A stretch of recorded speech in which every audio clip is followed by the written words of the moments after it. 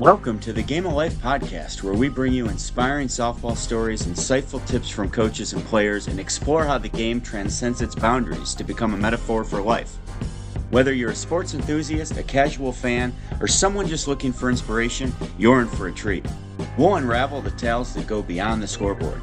Discover how perseverance and hard work on the field translates into resilience in your daily challenges. Learn about teamwork, leadership, and the unwavering spirit that fuels success, not just in sports, but in the game of life.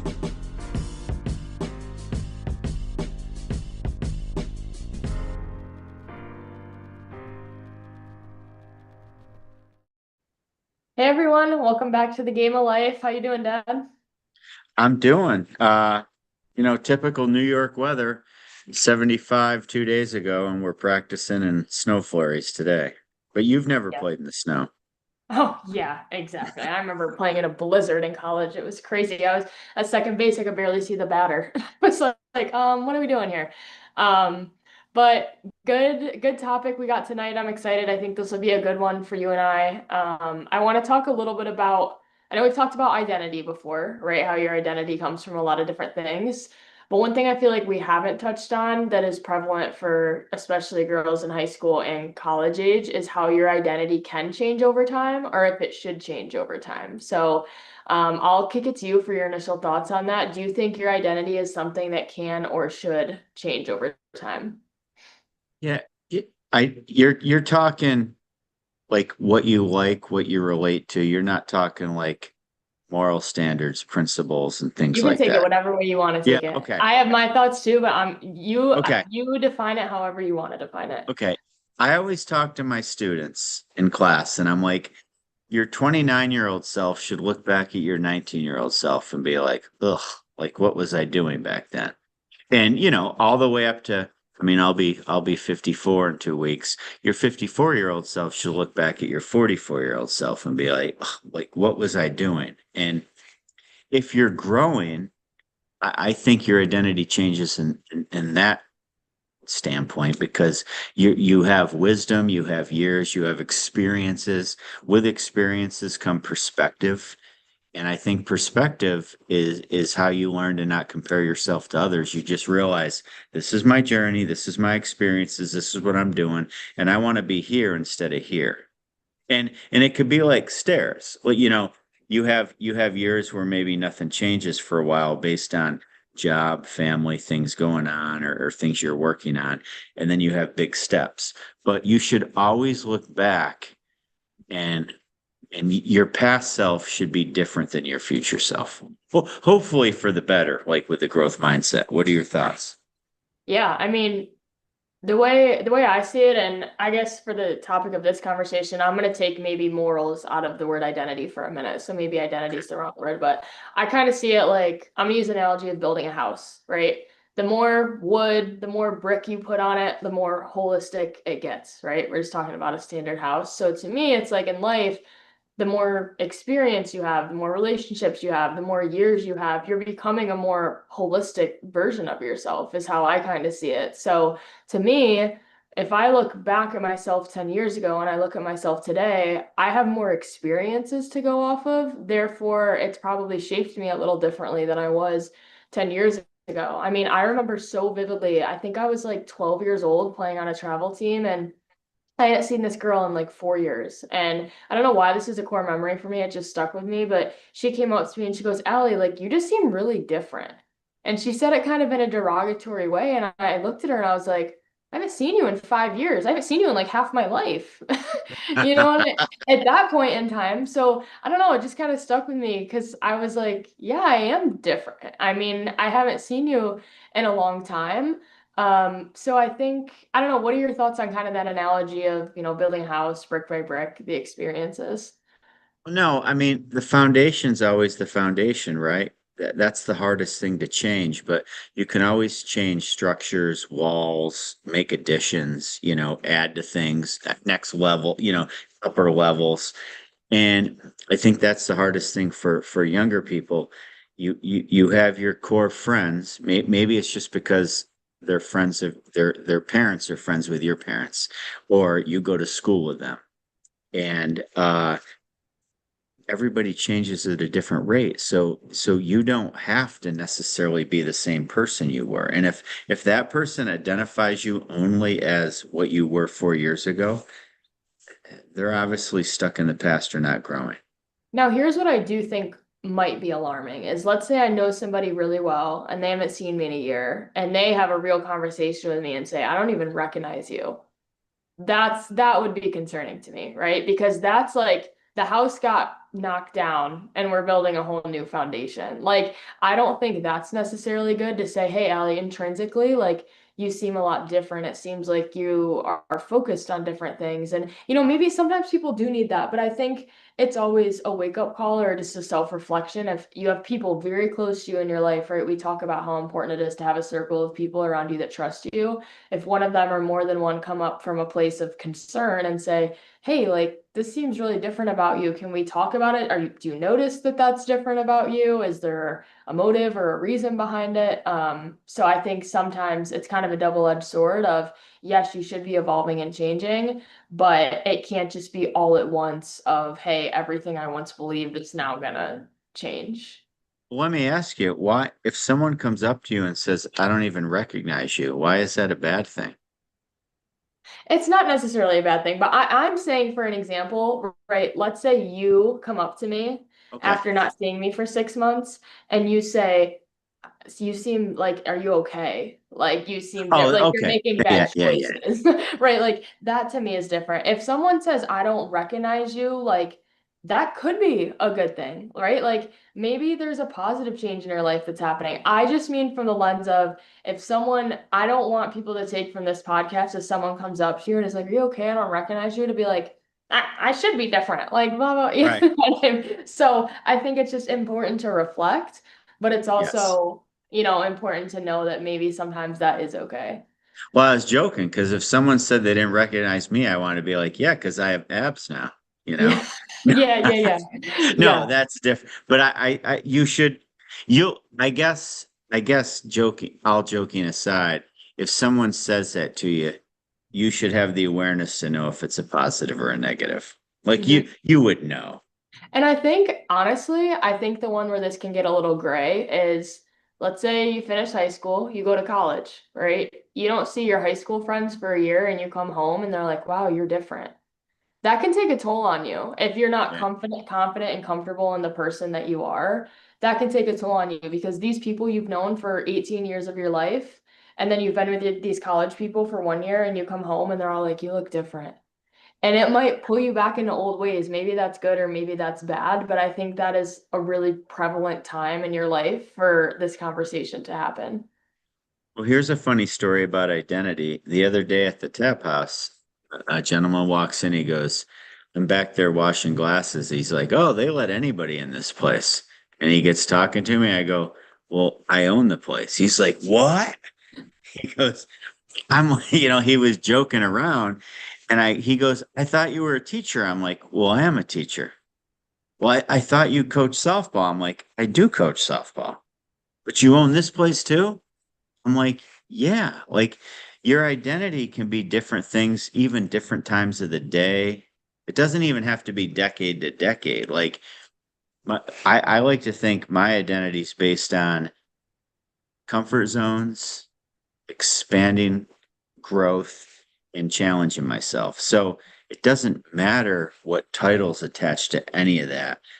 My identity, like broader sense, is just always doing things. But I thought that was a funny story. He was cracking up. That's hilarious. But I think that showcases too that your identity is made up of different things. You just said that it is, right? That's why it gets concerning, right? Or hard when you tie your identity to one specific thing, because if that falls through the cracks or maybe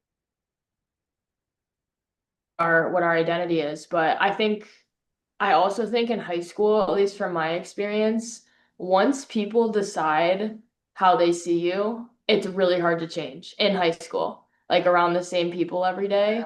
But I'm not saying that's good or bad, but I'm saying it has an effect on, some people. If, hey, you're a jock, you do this, blah, blah, blah, whatever label you want to put on it. And I think when you go to college, that's a lot of people's first time to kind of open up their horizon. So if you come home from college and someone says, hey, you're different, it's like, yeah, well, I've had new experiences. Kind of like I was talking about the house analogy, brick by brick, building new experiences are going to change the way that you feel and the way that other people see you.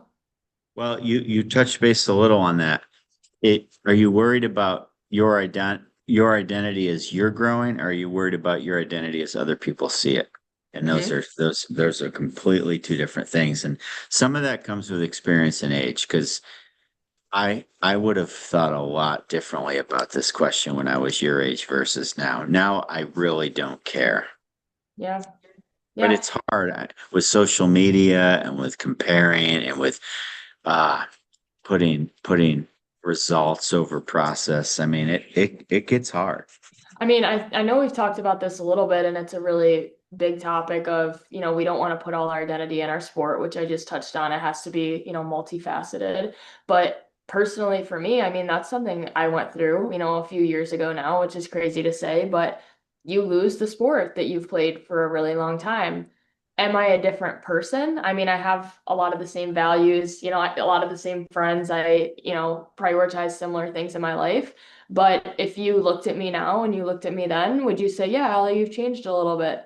Makes sense. I mean, there's a big part of my life that isn't in it anymore. So I think that, it's normal to change a little bit when I'm going to call them big life events happen, or there's things that maybe you used to put a lot of time into that you fill with other things. But the part of it that hasn't changed is my work ethic, wanting to lead other people, right? I love coaching. I'm running my first marathon this year. That part of my identity hasn't changed, but the outlet that I pour it into has changed, if that makes sense, which from the outside eye might look like, oh, Allie, you're different. But it's just I'm pouring the same values into different things in my life. It was almost another topic we talked about tonight, how we always feel the need to stay busy, right? Hmm. I mean, I went from playing golf 300 plus days a year when I was in college and on mini tours to I might play 30 days a year. But I keep that work ethic and the feeling of being busy with other things, right? So my identity is a hard worker, someone that accepts challenges, someone that expands comfort zones. And your identity, that's what you're trying to figure out now. You went from where softball was a part of your life literally forever and all year round, and that's gone from the playing side. Yeah. So how do you fill that void? So the important thing is to fill the void with the same type of stuff that gets you excited to work hard. Yeah, absolutely. And to me, when I say identity, and I've thought about this recently too, is what are the things that make you proud of yourself? Because to me, that's what your identity is, right? You have to feel confident and proud of yourself. And I think that's something a lot of people overlook sometimes. But for me, it's what's the impact I have on other people? Am I pushing myself mentally and physically, right? Because before, when I used to go to the gym, it was to be a better softball player, right? It was to feel good. It was to clear my mental health. Now, be a better softball player isn't a part of me going to the gym anymore, right? So I had to fill that void in other ways, right? So I started running. There's I do got to be a there's got to be a beer league somewhere. yeah, but no, you know what I mean. It's not the same. I know, So I know. I tried a lot of different things. I've done running, I've done Pilates, I do cycle classes, right? Like I've realized that I like being part of group activities, right? So like I like running races where there's other people, or I like doing workout classes where there's other people because that's what I did my whole life. So yeah, the goal of it at the end isn't, hey, I'm going to the gym to be a better softball player, but I'm going to the gym to feel good about myself, which is then part of my identity. And I think the important thing to do is to just use those traits and characteristics to just let the journey take you. I mean, I know I've mentioned, I mean, I had 18 tons of dirt and sand brought in our backyard for a putting green. And then all of a sudden, you and your sister don't really want to play golf. So, all right, we shift gears to the next thing and the next thing. And one summer, I swam across the lake because that was my vision quest. Like, you have to put that energy towards goals and goals that you maybe don't succeed at. Because the whole point is if you're always succeeding, that's just a laundry list of stuff. It should be stuff that's really higher level that maybe you get to or don't get to. But I think that's where the excitement comes from. Right. No, and I agree. So I think it's just, yeah, when I think about identity, it's what makes you proud of yourself. And I want to say this carefully, but what do you want other people to think about you? And I mean that as what do you want to be known for, right? So, yes, it's not always what do people necessarily think externally about you. However, when I act, I do think about the fact, okay, like if I got brought up in a room full of people and someone said, "Hey, Allie Richmond," like what would I want them to talk about? It's kind of how I think about it too. Would they start talking about things I've accomplished, or would they start talking about, oh, she was there for me during this moment? Or she, like, would they be talking about my personality, or would they be talking about, physical things? Is just something I think about too. But what are your thoughts on that? Well, I mean, I have some perspective because, well, I've been an educator for 29 years. I've been a coach forever. I see people at the tap house. I see ex-students out and about in the town. I now have kids of, I have kids from kids I taught. Like that's the age I'm at. And most of the time they talk about how you made them feel and how you inspired them. They don't really care about any of the nuts and bolts of the time period. So I think if you can have an identity where you just make other people challenge themselves and feel better. I mean, softball, like at your age when you're playing, like when I played golf, that was just the vehicle of the time, right? It's not the destination. And now you're trying to figure out what vehicle's next through coaching and lessons and running marathons. And I I've gone back to coaching because that's my vehicle to try to accomplish everything that I identify myself as. Yeah. So I guess tough question for you, but let's say someone that you look up to, or we can take two approaches. So maybe it's someone you respect, or maybe someone that you've butted heads with in the past, but they come up to you and they say, you seem different. What would your initial response to that be? Would you self-reflect at all? Would you just, go back at it? Like what would your thought process be if someone came up to you today and said, "You seem different"?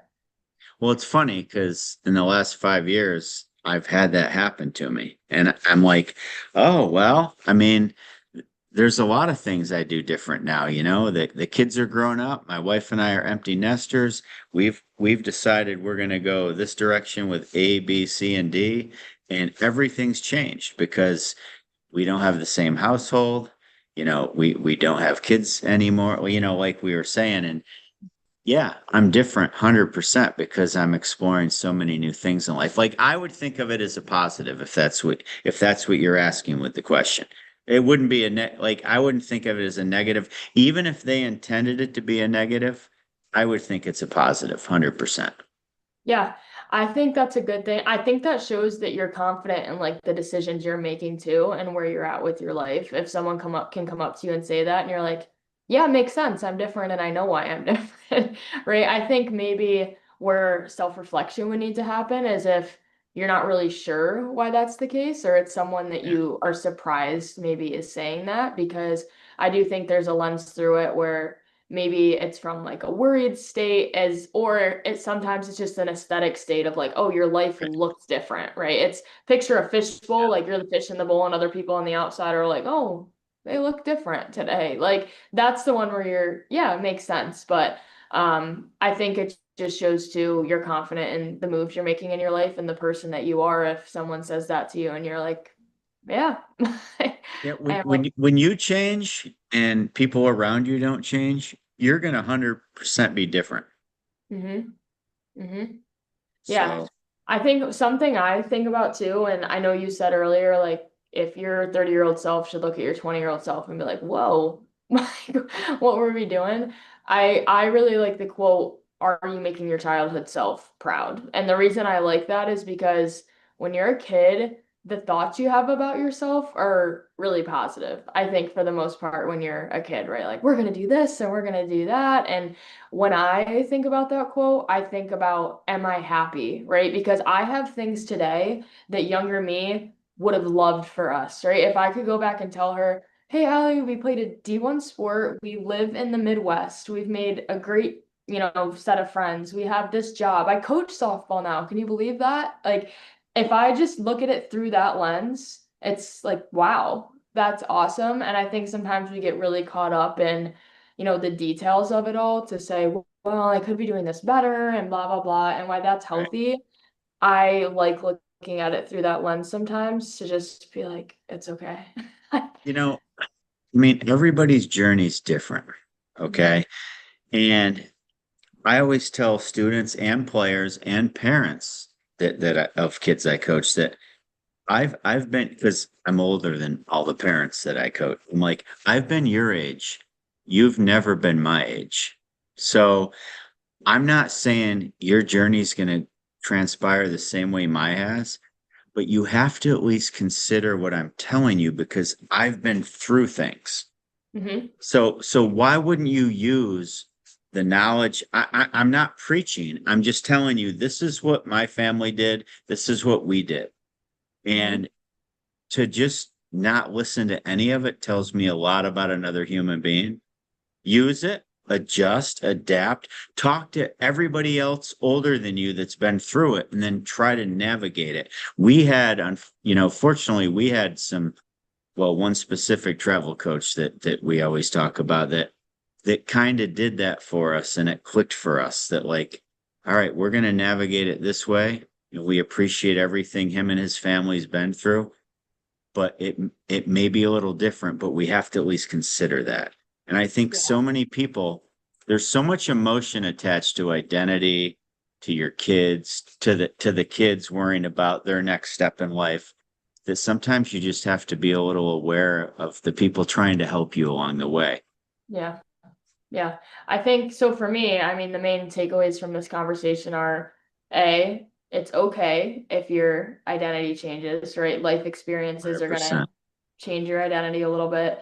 Number two, you have to figure out what your foundation is before you build your house.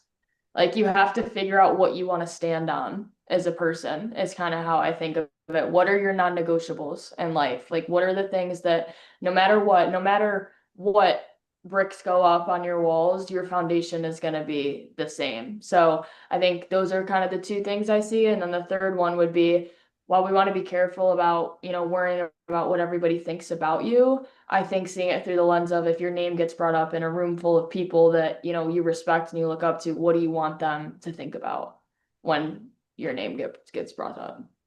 No, I love it. And my takeaways are just as you grow older, just realize you can change your mind.